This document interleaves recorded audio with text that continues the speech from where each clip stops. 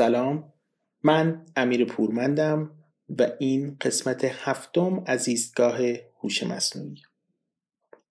ما تو این پادکست راجع به هوش مصنوعی و هر چیزی که بهش ربط داره صحبت میکنیم و تو این قسمت میخوام راجع به مدل‌های زبانی بزرگ صحبت کنم. چیزایی مثل چت جی پی تی و الان من خودم تقریبا از 2 سال پیش که اومده هر روزی نیم ساعت 1 ساعت دارم با این مدل ها صحبت میکنم و ازشون تو کارهای مختلف کمک میگیرم و دوست داشتم که افکارم رو باهاتون به اشتراک بذارم که این مدل ها چه تأثیری تو زندگی واقعی ما خواهند داشت و کجا میتونن به دردمون بخورن.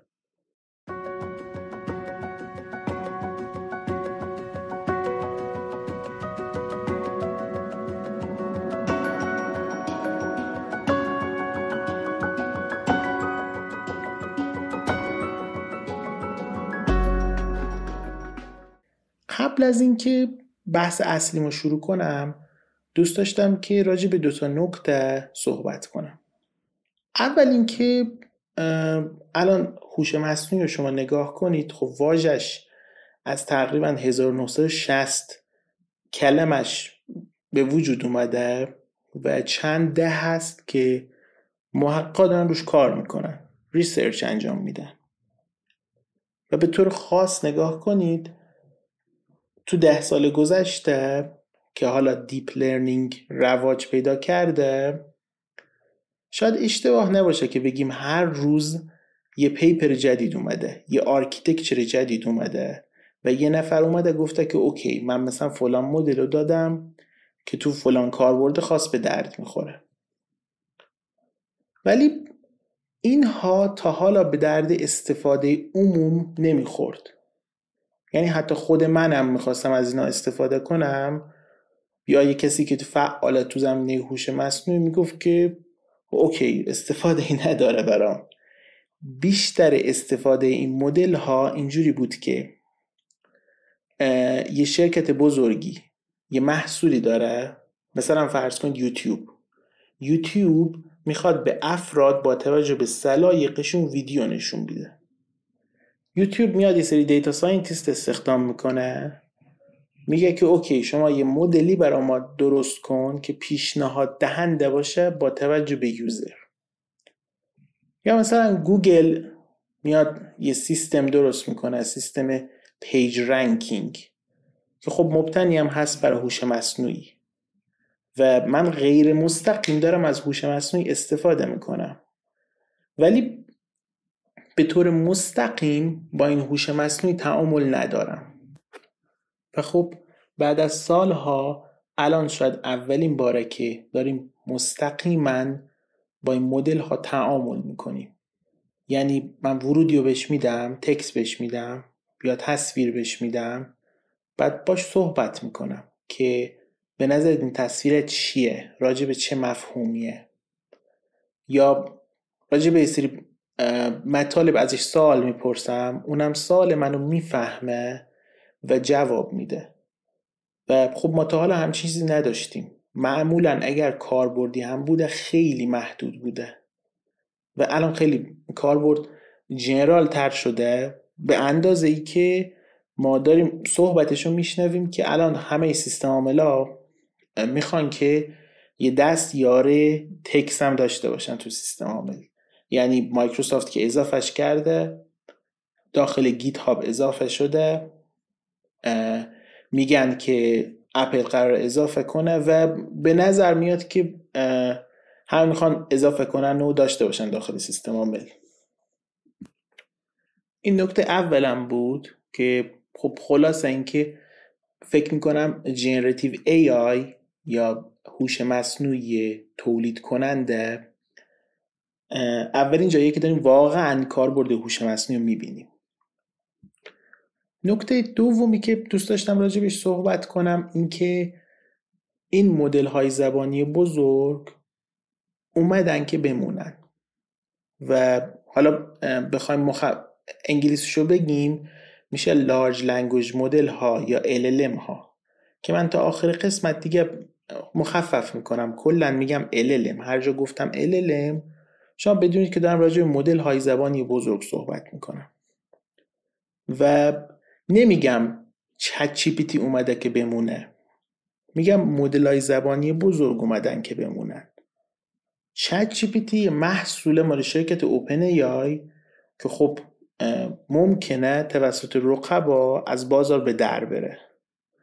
درسته الان لیدر بازاره، الان با اختلاف اون مدلی که داره تولید میکنه بهترین مدله، اوکی هست باش، ولی ممکنه که رقبا بتونن از بازی به درش کنن و ما هنوز چیزی نمیدونیم.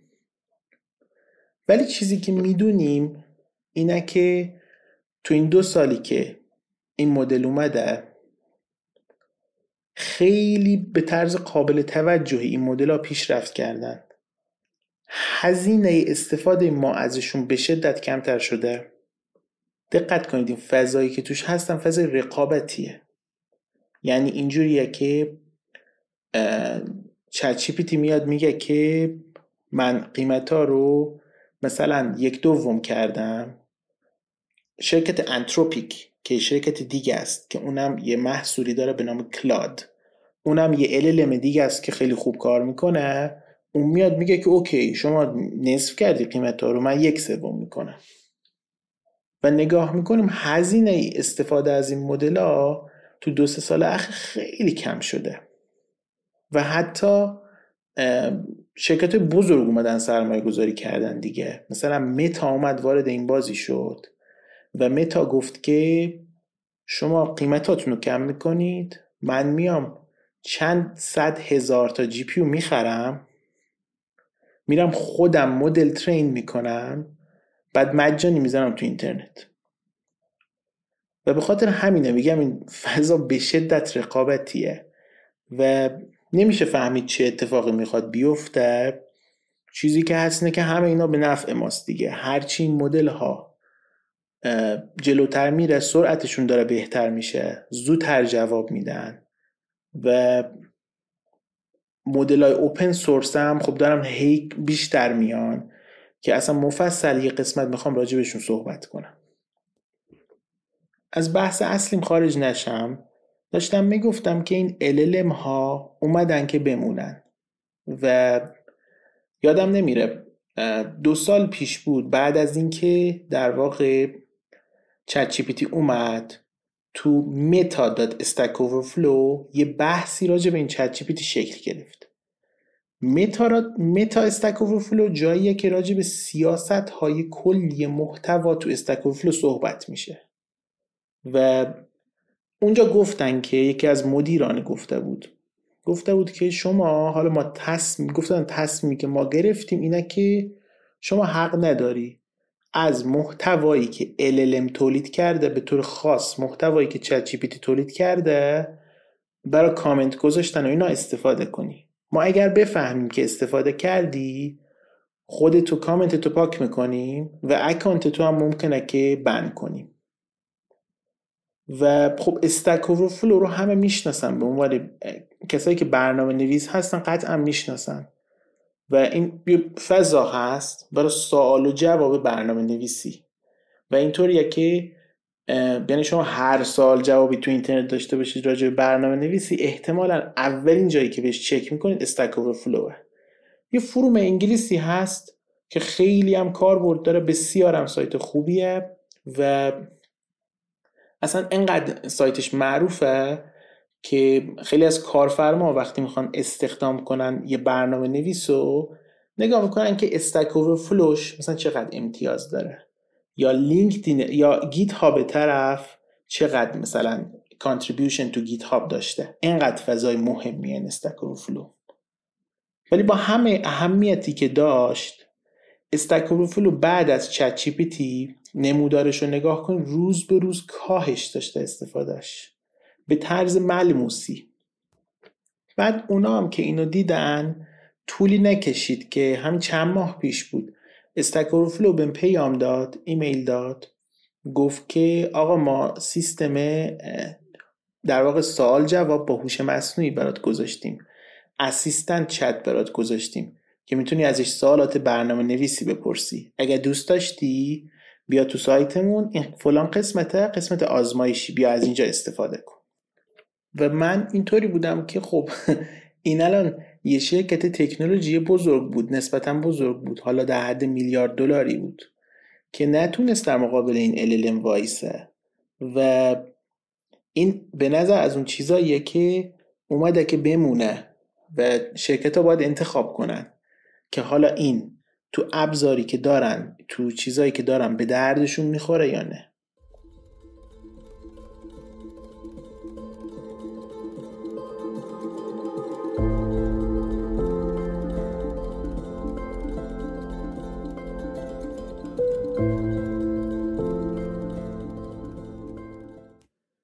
چیزی که برای خودم جذابه اینه که من تو بچگی یه سری فیلم میدیدم، حالا همین فیلم‌های تخیلی راجع به ربات و هوش مصنوعی و این بحثا که احتمالا شما هم دیدید، که یه رباتیه بعد میره این دانش بشری یاد میگیره، بعد با انسان دچار درگیری میشه و حالا تهش مثلا انسان میبره یا اون انسان نابود میکنه یا انسان اونو نابود میکنه یا با هم به توافق میرسن.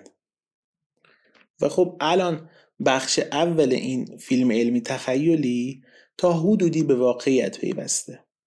یعنی همین مدل‌های LLM اینطورین که حجم بزرگی از داده‌ای که تو اینترنت هست به علاوه متن کتاب‌ها، به علاوه کلی داده‌های متنی دیگر رو میگیرن و تو چند هفته یا تو چند ماه ترین میشن و نهایتاً یه مدل داریم که این داده ها رو یاد گرفته و خوبم بلده. چیزی که شاید اگر یه انسان بخواد این حجم از داده رو یاد بگیره شاید چند صد سال طول بکشه و واقعا هم الان گستره دانش ما انقدر زیاد شده که هیچ آدمی نمیتونه همه این حوزه ها رو بلد باشه. ولی الان مدل هایی داریم که اگر میانگین نگاه کنیم دانششون نسبت به ما بیشتره. یعنی مثلا تو زمینه پزشکی اگر یه متخصص از 180 بگیره، من امیرپور من 10 میگیرم، مدل 40-50 میگیره و هر کسی تو حوزه خودش الان تو وضعیتیه که از LLM بهتره. ولی تو خیلی زمینه های دیگه نسبت به LLM بدتر میتونه کار کنه. مثلا من خودم الان جغرافیا، خب زیاد جغرافیام خوب نیست یا زیست شناسی چندان ازش اطلاعات خاصی ندارم، همینطور تاریخ ادبیات، فیزیک یا مثلا شیمی و اینها اصلا یک سری روش دارن برای ارزیابی. یعنی مدل که این LLM که ترین شد یه روش ارزیابی دارن براش که میگن اوکی شما الان ترین شدی، یه سری سوال تستی میذارن جلوش، میگن که خب این سوال تستیه، اینم گزینه ها، تو کدوم گزینه رو انتخاب میکنی؟ و جالب این که دقیقاً الان همون روشی که ما باهاش ارزیابی میشدیم، یعنی همون سوالات تستی 4 گزینه‌ای که ما باش ارزیابی میشدیم، الان LLM من با اینا ارزیابی میشه. و یه سایتی هم هست Are You Smarter than an LLM که من لینکشو میذارم براتون، میتونید تست کنید که یه دیتا ستی که LLM بهش جواب داده و مثلا 80-90% معمولا LLM ها جواب میگیرن روش، ببینید که شما چقدر میتونید به سوالاتش خوب جواب بدید. و جالب این که میانگین آدمی زاد در حد 30-40%، ولی LLM میتونه 80-90% جواب بده. و این خیلی جذابه که ما الان دستیارانی میتونیم داشته باشیم، یه سری دستیار میتونیم داشته باشیم که انگار شما یه نفر رو تو جامعه به صورت رندوم انتخاب کنی بیاری بیرون، اون LLM بهتر میتونه بهت کمک کنه تا اون کسی که رندوم انتخاب کردی از جامعه آوردی بیرون. مثلا میگم تو زمینه پزشکی یه پزشک میخواد مقالات پزشکی بخونه. اگر دستیارش یه دونه LLM باشه و فایل PDF شو تو اون نرم افزار آپلود کنه، بعد شروع کنه با LLM صحبت کردن، سوال جواب کردن، احتمالاً ولیو بیشتری به دست میاره تا اینکه بشینه با من نوعی چت کنه و این خیلی جذابه.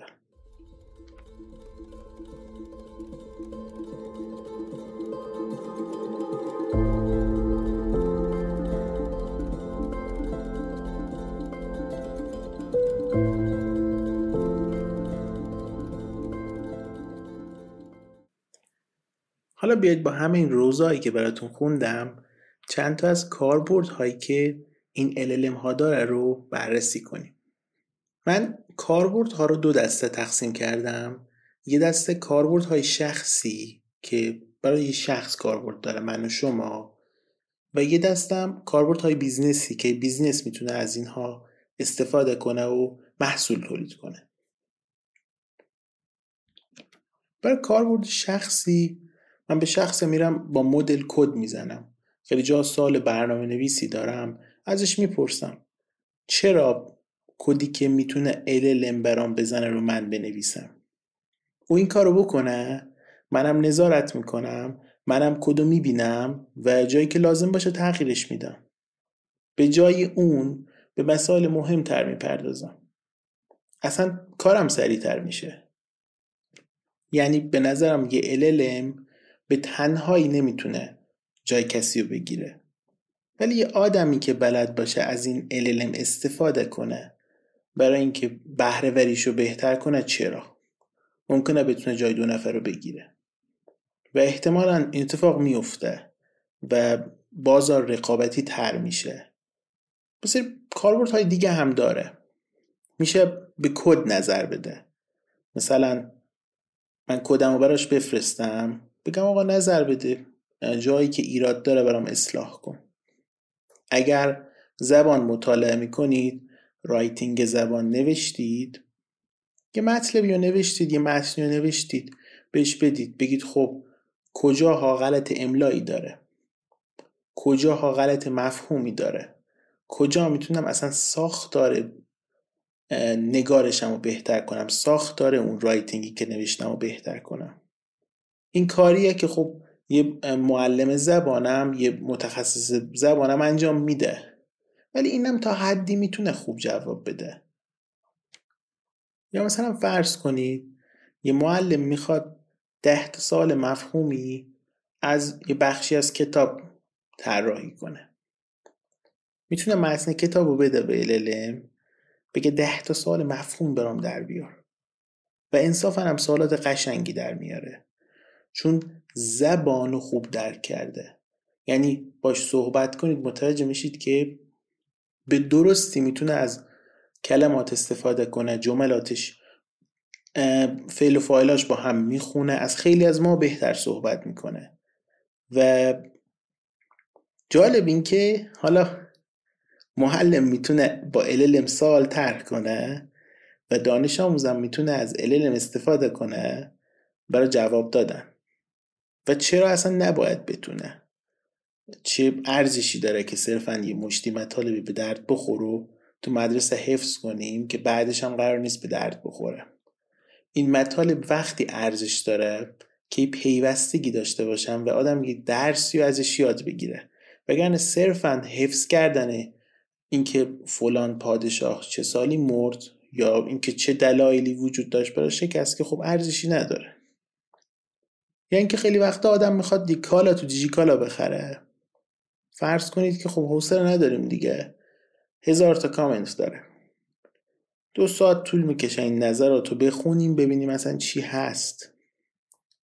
خب آدم همه این نظراتو میتونه سلکت کنه، کپی پیست کنه داخل چت جی پی تی، بهش بگه که خب خلاصشو بهم بگو، ببینه اصلا ارزش داره این محصول که بخوایم روش وقت بذاریم و نکات مثبتشو بهم بگو، نکات منفیشو بهم بگو. و خلاصه به نظرم تو خیلی از شغل‌ها میشه مثل یه دستیار یا همکار بهش نگاه کرد. یعنی مثلا اگر شما محقق باشی، خب راجع فلان پاراگراف فلان مقاله که نمیتونی به من حرف بزنی، من عمرم بفهمم چی میگی، ولی LLM میفهمه، جواب میده.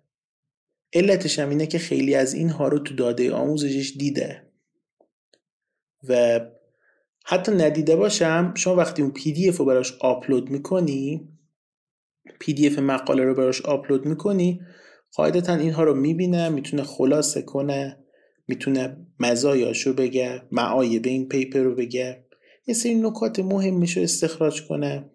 خیلی کار جذابی میشه انجام داد و فقط لازمه که آدم بلد باشه چطوری با این LLM کار کنه. یا مثلا فرض کنید ترجمه، فرض کنید بخواید یه متن انگلیسی رو به فارسی ترجمه کنید و یه لحن خاصی هم داشته باشید، میتونید به LLM بگید که آقا این پاراگراف ها رو ببین برام ترجمه کن، اینم لحنشه، و امیدوارم که یاد گوگل ترنسلیت نیفتید. اصلا LLM یه لول دیگه است، اصلا سطحش متفاوته، بازیش متفاوته. یا مثلا فرض کنید ایده پردازی، بهش میگید که من میخوام فلان کارو بکنم، فلان ایده تو سرمه، ریسکاشو بهم بگو، فرصتایی که به وجود میاد و بهم بگو. یا اصلا میتونید باش درد و دل کنید، باش حرف بزنید، بگید من با دوستم به مشکل برخوردم سر این مسئله. دیدید آدم خیلی وقتا یه مشکلی و شاید سختش باشه که به یکی بگه و توضیح بده و شاید اصلا یه فرد قابل اعتمادی رو نداشته باشه که بخواد بهش بگه. LLM اینجا خیلی میتونه کمک کنه، همین که آدم مشکل رو میگه شاید خودش همین حل بشه. و اینکه حالت چت داره خیلی جذابه و حرفایی هم که میزنه اگه باش صحبت کنید میبینید همون چیزایی است که تو اینترنت هم هست، فقط چون متفاوته، چون برای کیس خاص نظر میده، برای کیس خاص شما داره این حرفو میزنه، جذابش میکنه. وگرنه شما بهش بگید من افسردم، تو اینترنتم برید یه سری مطالب میگن، همه یه سری چیزای تمپلت میگن، یه 5 تا 10 تا مورد هست که سایت های مختلف میگن، اینم همونا رو میگه، ولی این که میگه جذاب تره. البته امیدوارم که تو این تله نیفتید که بخواید راجع به همه چی ازش نظر بپرسید و کلا به حرفاش اعتماد کنید هر چی میگه. شما اینطوری در نظر بگیرید که این متنای اینترنت رو دیده و حفظ کرده و داره با توجه به اون جواب میده.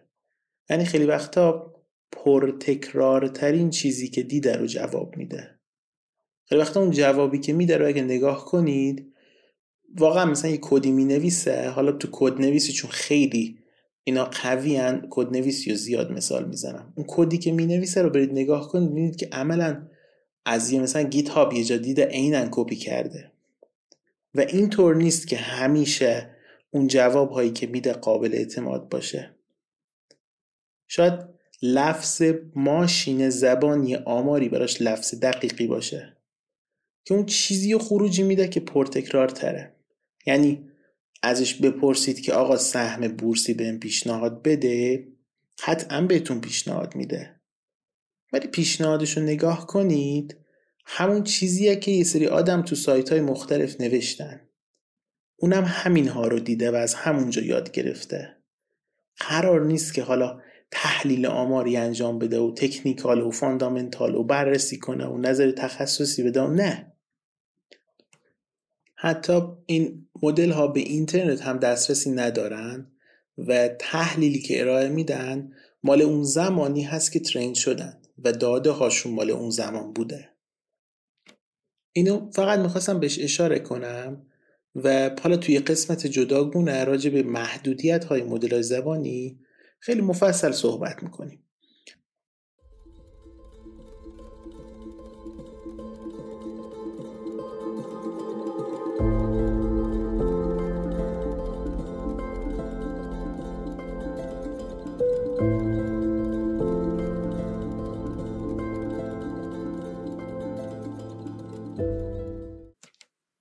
بخش دوم این کاربرد مدل‌های زبانی، کاربردشون تو بیزنسه.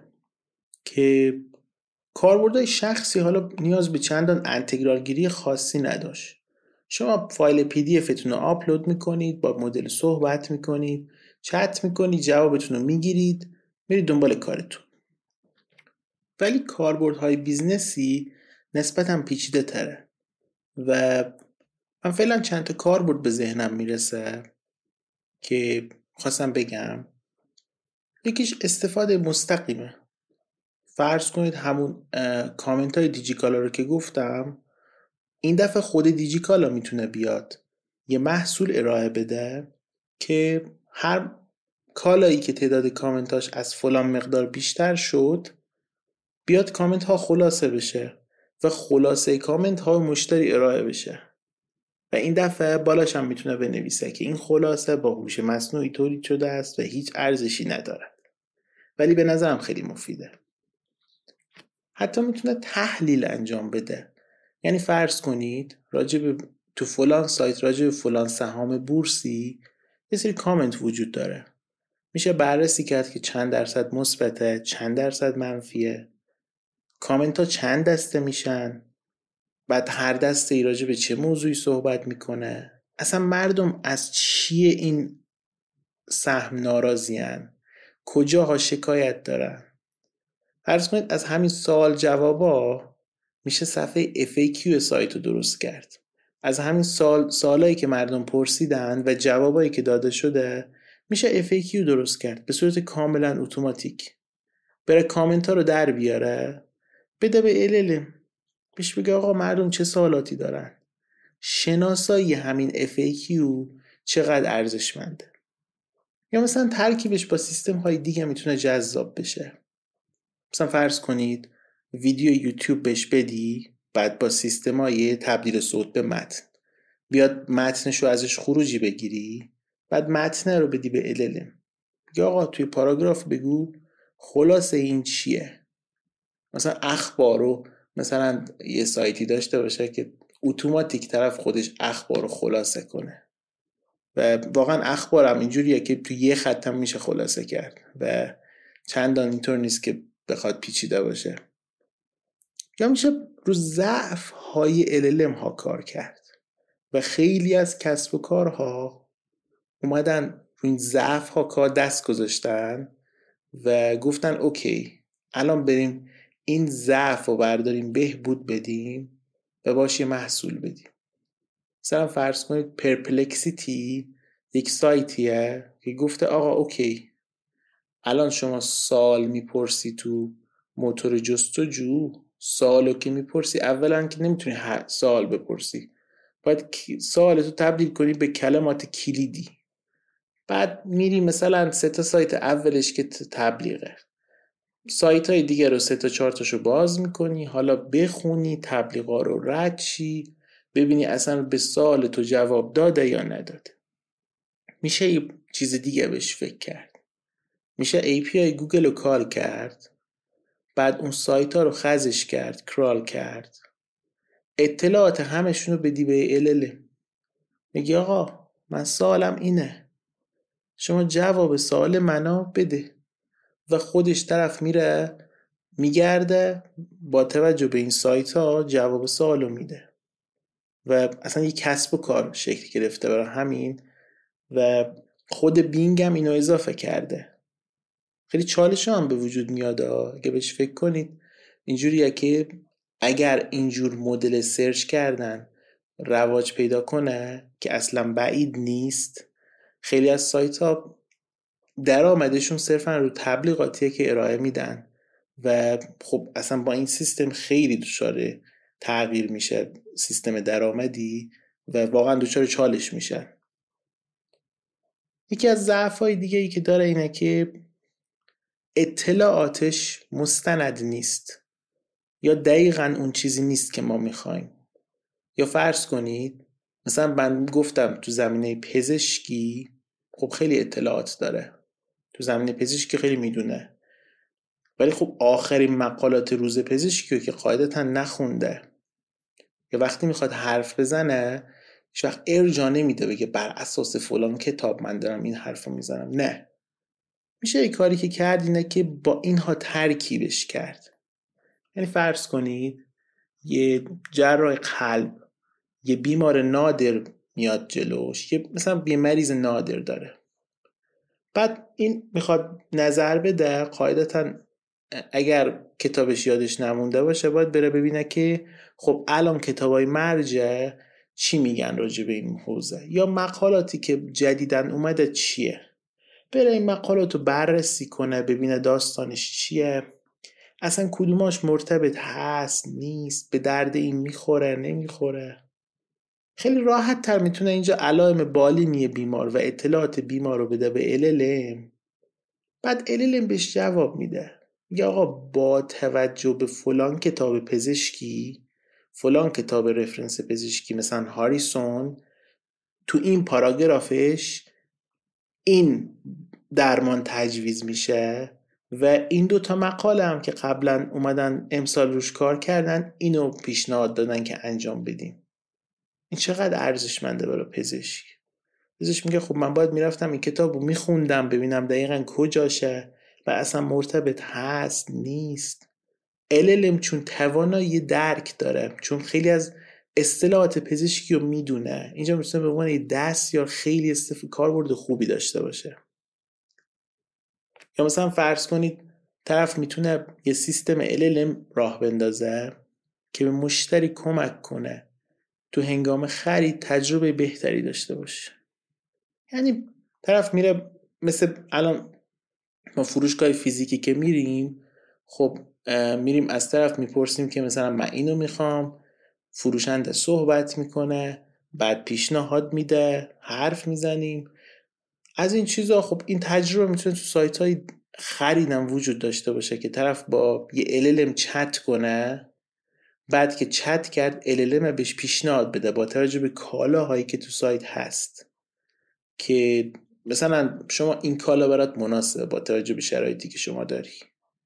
یا سیستم های خدمات مشتری، خیلی از سوالایی که این سیستم ها جواب میدن یکسانه، یعنی سوال صرفا حالت اینفورمیشنال داره و نیازی نیست که چیز خاصی چک بشه جایی.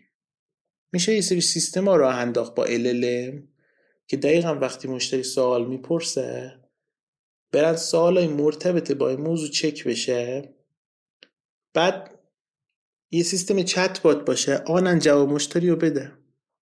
مشتری هم راضی و خوشحاله که جوابشو آنی گرفته، با دقت بالایی هم جواب داده و خیلی واقعا برام جذابه که این همه کار میشه انجام داد و واقعا حوزه جالبیه و فکر می‌کنم توانایی هایی داره LLM که ما تا حالا چندان نمیتونستیم بهش فکر کنیم.